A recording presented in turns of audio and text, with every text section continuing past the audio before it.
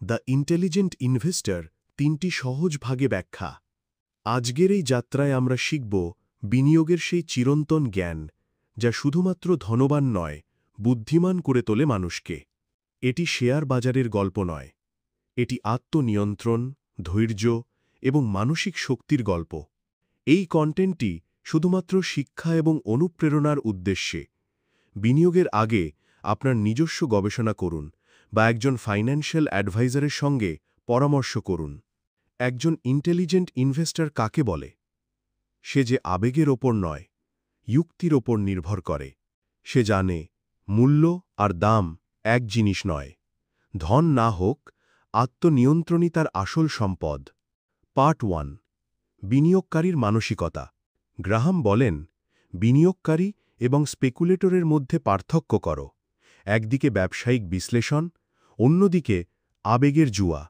আর আসে mister market, যে রোজ তোমার দরজায় এসে অফার দেবে, কখনো বেশি দামে, কখনো কমে। কিন্তু তুমি শান্ত থেকো, ধৈর্য ধরো, নিজের সময় সিদ্ধান্ত নাও এবং শেখো মার্জিন অফ সেফটি, অর্থাৎ কম দামে কিনে বেশি নিরাপদ থাকা। বিনিয়োগ মনে শুধু হিসেব নয়, এটি একটি মানসিক খেলা। পার্ট 2, ভ্যালু ইনভেস্টিংয়ের কৌশল। এখন শুরু হবে বাস্তব শিক্ষা। পড়তে শেখো ব্যালেন্স শিট, ইনকাম স্টেটমেন্ট। বুঝতে শেখো অভ্যন্তরীণ মূল্য।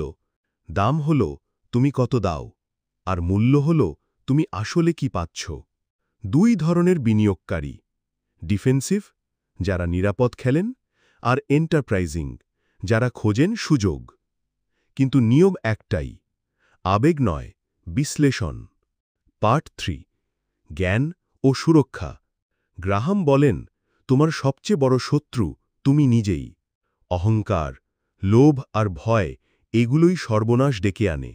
ডাইভার্সিফাই করো, নিজের সম্পদ ছড়িয়ে রাখো। দ্রুত লাভের স্বপ্ন না দেখে স্থিরতা চাও। বিনিয়োগের মূল কথা, নিজেকে চেনো, নিজের ওপর নিয়ন্ত্রণ রাখো। এই ছিল দ্য ইন্টেলিজেন্ট ইনভেস্টরের সারাংশ, একটি বই যা তোমাকে ধনী নয়, বুদ্ধিমান করে তোলে। মনে রেখো, সবচেয়ে ভালো বিনিয়োগ নিজের ভিতরেই। সম্মান দাও, সম্মান নাও। আমি তোমার পথচলার সাথী, তোমার বন্ধু প্রীতম।